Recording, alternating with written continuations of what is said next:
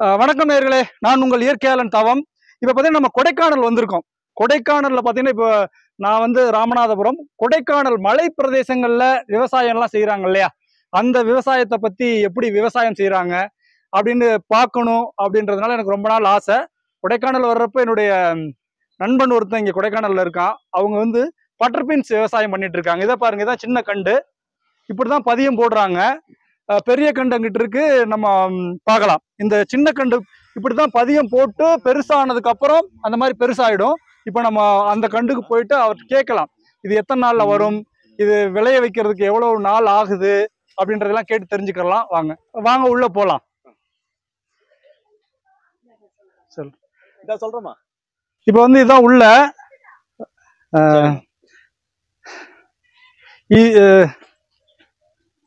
இது வந்து எத்தனை நாள் ஆச்சு இது போட்டு? இப்ப இது பாத்தீங்கன்னா கரெக்டா ஒரு 2.5 மாசம் ஆச்சு. 2.5 மாசம் ஆச்சா? ஆமா. Okay okay.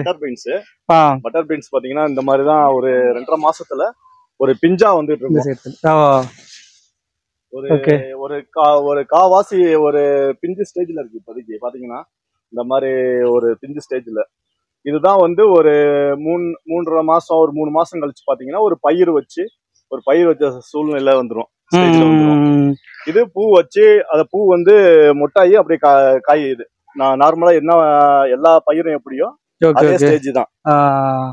இப்ப வந்து இது எத்தனை மாசம் இருக்கும் இது அப்படியே இந்த கொடியெல்லாம் வாடாம? இந்த கொடி பாத்தீங்கன்னா எப்ப நம்ம பயிரை லாஸ்டா நம்ம எப்ப முடிக்கிறோமோ அது வரைக்குமே அதே ஸ்டேஜ்ல இருக்கும். லாஸ்ட் ஸ்டேஜ்ல பாத்தீங்கன்னா இந்த இலையெல்லாம் பழுத்து ஒரு உதிர்ந்து போற ஸ்டேஜ் வந்துடும். அதோட முடிஞ்சிருச்சுன்னு அர்த்தம். இதோட ஆயுசு, அதோட ஸ்டேஜ், இந்த கொடியோட ஸ்டேஜ் பழுத்துரும். அப்படியே எத்தனை வருஷம் இருக்கும்? ஒரு வருஷம் எல்லாம் கிடையாது, ஒரு 3.5 மாசம் தான் அதோடைய இது லைஃப். 3.5 மாசம் தான். அதுக்கப்புறம் நாங்க கொடியை திரும்பி வந்து இந்த மாதிரி குச்செல்லாம் தனியா எடுத்துட்டு திரும்பி அந்த பார்லயே வந்து பாத்தீங்கன்னா பீன்ஸ் குச்சி அப்ப புடிங்கிருவீங்க. குச்சை அதாவது பீன்ஸ் வந்து பாத்தீங்கன்னா 3.5 மாசம் பயிருது இல்லையா?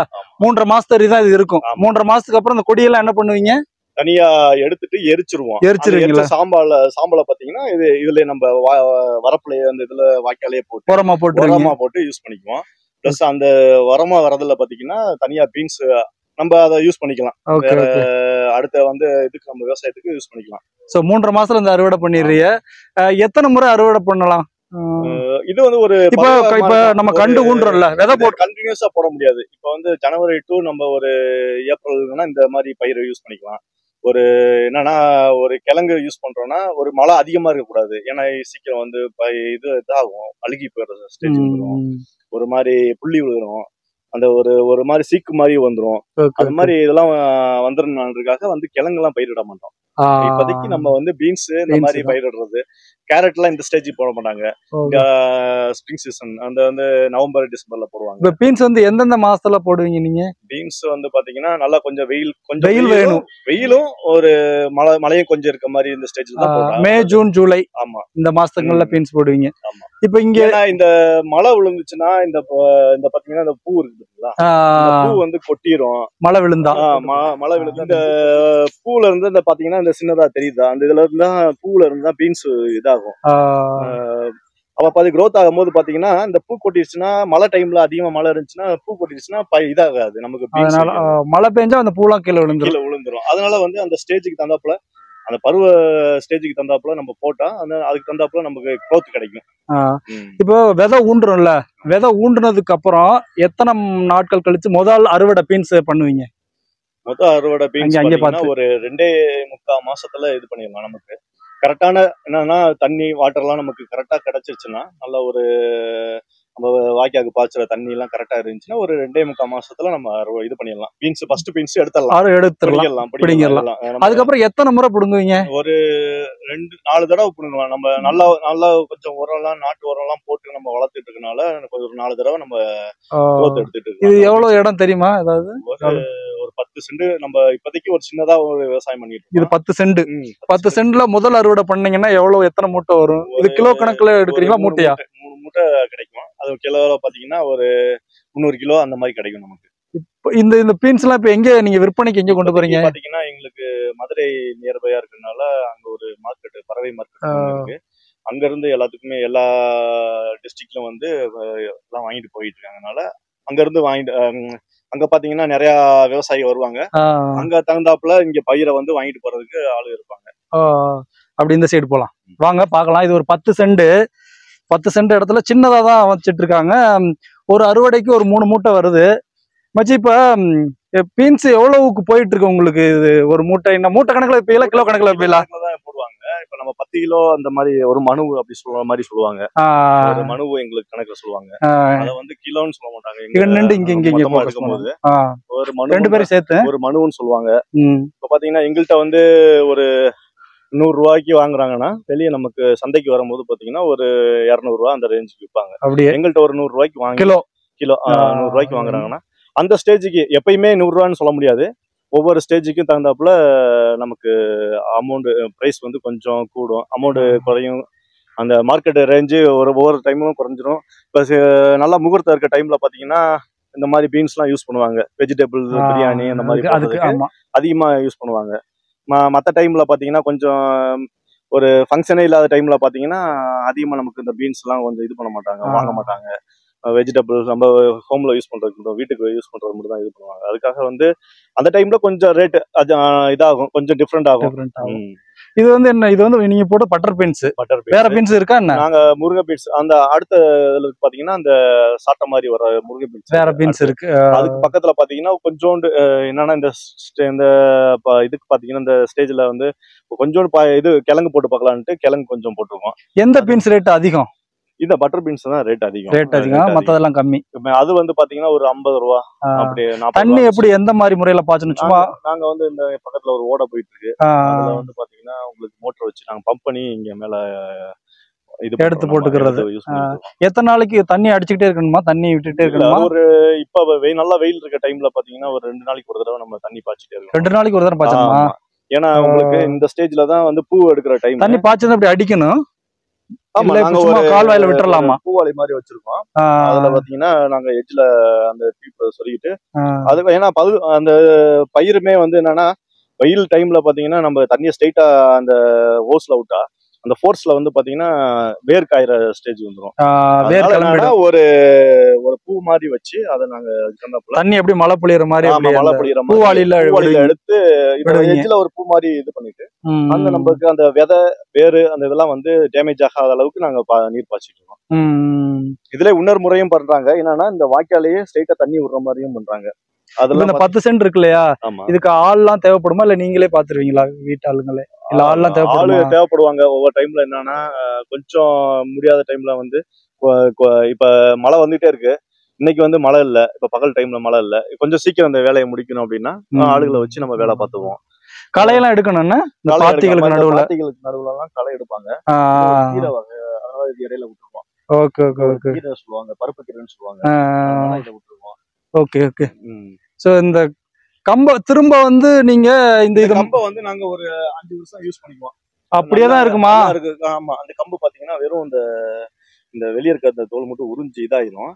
நல்லா ஸ்ட்ராங்கான கொஞ்சம் 5 வருஷம் யூஸ் பண்ணலாம். இது சவுக்கு, காட்டுல இருக்க சவுக்கு நாங்க விலைக்கு வாங்கி இதை நம்ம யூஸ் பண்ணிட்டு இருக்கோம், கொடி ஏறதுக்காக யூஸ் பண்ணிட்டு இருக்கோம். திரும்பி இதை வந்து இந்த கொடியை மட்டும் பழுத்தோமே திரும்ப இதை கம்ப புடுங்கிடுவீங்க. புடுங்கி தனியா வந்து கட்டி வச்சிருவோம், ஒரு இடத்துல கட்டி வச்சுட்டு மொத்தமா ஒரு செட்டா வந்து கட்டி வச்சிருக்கோம். அதுக்கப்புறம் வந்து நம்ம திரும்பி வந்து கொடியேற டைம்ல அடுத்து அந்த பக்கத்துல பாத்தீங்கன்னா ஒரு ஸ்டேஜ் கொடியேற ஸ்டேஜ்ல பாத்தீங்கன்னா நாங்க திரும்ப வந்து வரப்பு எடுத்து அது தண்ணி பாடுற அளவுக்கு வச்சிருக்கோம். சோ ஒவ்வொரு முறையும் கம்ப ஒரு 3 இந்த அறுவடை முடிஞ்சதுக்கு அப்புறம் கம்ப புடுங்கிட்டு திரும்ப வந்து அது திரும்ப விதை ஊண்டி திரும்ப திரும்ப திரும்ப கம்ப ஊண்டுவீங்க. ஒரு ரீசைக்கிள் மாதிரி மாத்தி மாத்தி யூஸ் பண்ணிட்டு இருக்கோம். ஒரு அதான் ஒரு 5 வருஷம். இடைவெளி வந்து எவ்வளவு ஒரு 1.5 அடி இருக்குன்னு நினைக்கிறது. 1.5 அடி விட்டா போதும். ஏன்னா கொஞ்சம் காத்தோட்டமா இருந்தாதான் நாளைக்கு வந்து இப்ப கொஞ்சம் காத்தோட்டமா இருந்தாதான் இந்த பூவோட இது கொஞ்சம் இப்ப நாளைக்கு வந்து பயிர் வைக்கும் போது பாத்தீங்கன்னா கொஞ்சம் காத்தோட்டமா இருந்தாதான் ரொம்ப ரொம்ப கம்ஃபர்டபுளா இது இல்லாம இருந்துச்சு, அன்கம்ஃபர்டபுளா பக்கத்துல இருந்துச்சுன்னா அது ஒரு இதா இருக்கும். Okay okay okay. அதான் பீன்ஸோட ஸ்டார்டிங் ஸ்டேஜ். இன்னும் ஒரு கரெக்டா ஒரு 2-3 வாரத்துல பாத்தீங்கன்னா இது நல்லா பெரிய பயிர் வைக்க ஆரம்பிச்சிடும். இப்ப நம்ம நார்மலா வந்து சமைக்கிறதுக்கெல்லாம் யூஸ் பண்ணும் போது பாத்தீங்கன்னா உரிச்சு போடுவோம்ல, அந்த ஸ்டேஜுக்கு வந்துடும். இது வந்து இப்பதான் மொட்டுல இருந்து வந்து இதாகிட்டு இருக்கு, க்ரோத் ஆகிட்டு இருக்கு. அதனால இந்த ஸ்டேஜ்ல இருக்கு. இப்போ வந்து இதுக்கு வந்து இவங்க வந்து இதுக்கு வந்து விதை தான் பயன்படுத்துறாங்க. விதையை வந்து நீங்களே எடுத்துருவீங்களா, வாங்குறீங்களா? நாங்க என்ன பண்ணுவோம், இந்த ஒரு ஒரு 4 இதுல பாத்தீங்கன்னா ஒரு 4 இதை பாத்திய விட்டு தனியா விதைக்கு நல்லா முட்டை விட்டுருவீங்க. முட்டை விட்டுருவோம். அந்த முட்டை விதை நாங்க எடுத்து வச்சுக்குவோம். எடுத்து பாத்தீங்கன்னா காய வச்சு அது ஒரு 3 மாசம் காய வச்சு இந்த மாதிரி ஒரு பயிரா யூஸ் பண்ணிக்குவோம் நாங்க. அடுத்து இந்த இருக்குல்ல, இதான் பீன்ஸ் தான். பீன்ஸுக்குள்ள இருக்கிறதா பட்டர் பீன்ஸ் விதை. இதுதான் இவங்களே எடுத்துடுறாங்க. என்ன பண்றாங்கன்னா, இந்த விதை நல்லா முத்தின பீன்ஸ்ல இருந்து எடுத்து வெயில்ல ரொம்ப நல்லா காய போட்டுறாங்க. பயங்கர ஸ்ட்ராங்கா ஆயிடுது இது. இதைதான் வந்து இவங்க விதையை ஊண்டி இந்த பீன்ஸை வளர்க்குறாங்க. இப்படிதான் பீன்ஸோட விவசாய முறை நடந்துட்டு இருக்கு.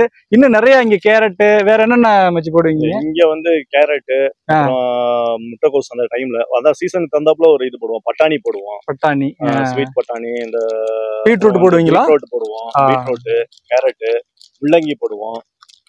இதெல்லாம் இங்க போட்டுட்டு இருக்காங்க. இதெல்லாம் எப்பெல்லாம் விளையுதோ அப்போ வந்து மலை பிரதேசங்கள்ல எப்படி விவசாயங்கள் நடக்குது அப்படின்றத நம்ம இனிமே அடிக்கடி இங்க வரலாம். மச்சியோட பேர் தான் வந்து மனோஜ், என்னோட ஒரு 15 வருட நண்பர். நாங்க எல்லாமே வந்து திருச்சியில டிஎஸ்எம் சாஃப்ட்வேர் பிரைவேட் லிமிடெட், இந்த வீடியோ பாக்குறவங்களுக்கு தெரியும், திருச்சியில இருக்கு. இந்த ஆளுந்தேரியுடைய ஆப்போசிட்ல டிஎஸ்எம் சாஃப்ட் பிரைவேட் லிமிடெட் 2007, 8, 9, 10 ஒரு 3 வருஷம் நாங்க ஒன்னாதான் இருந்து ஒரே ரூம்ல இருந்து இங்க வேலை பார்த்தோம். அதுல கிடைத்த நட்பு தான்.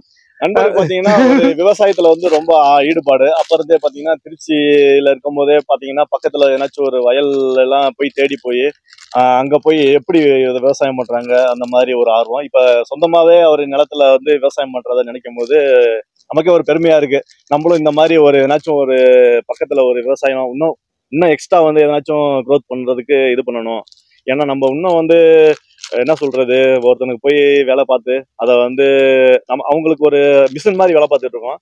நம்ம என்ன பண்றோம், இன்னும் கொஞ்சம் வந்து நம்ம ஈல்டு பண்றதுக்கு, இந்த மண்ணை வச்சு நம்ம ஈல்டு பண்றதுக்கு, அதை வந்து அதை எப்படி இயற்கையோட சேர்ந்து விவசாயம் பண்ணுவாங்கன்றத என் நண்பர் வந்து எடுத்துக்காட்டா இருக்காப்புல. அதனால வந்து அவருக்கு வந்து இன்னும் அடுத்து மலை பிரதேசத்துல வந்து இன்னும் என்னென்ன எப்படி விவசாயம் பண்றத பத்தி நம்ம நிறைய வந்து அடுத்த எபிசோட்ல கொஞ்சம் நிறைய தெரிஞ்சுக்கலாம். ஆமா, கண்டிப்பா. அடுத்து வந்து இங்க மலை பிரதேசங்களை என்னென்னலாம் போடுறாங்க, அதுக்கு என்ன முறை அப்படின்றத நீங்க தெரிஞ்சுக்கலாம். ஏன் இதை நான் ஷூட் பண்ணி போடுறேன்னா, நம்ம சைடு மதுரை அங்கிட்டு மலைப்பிரதேசம் இல்லாதவங்களுடைய விவசாயம் வேற, இவங்களுடைய விவசாய முறை வேற. இந்த விவசாய முறையை பார்க்கணுன்ற ஆர்வம் நிறைய விவசாயிகளுக்கு இருக்கும். தொடர்ந்து பாருங்க. இங்க நடக்கக்கூடிய எல்லாத்தையும் அடுத்த எபிசோட்ல பார்ப்போம். கேரட்டு, பீட்ரூட், இந்த மாதிரியான எந்த மாதிரியான விவசாயங்கள் நடக்குது அப்படின்றத. ரொம்ப நன்றி. நன்றி. ஓகே.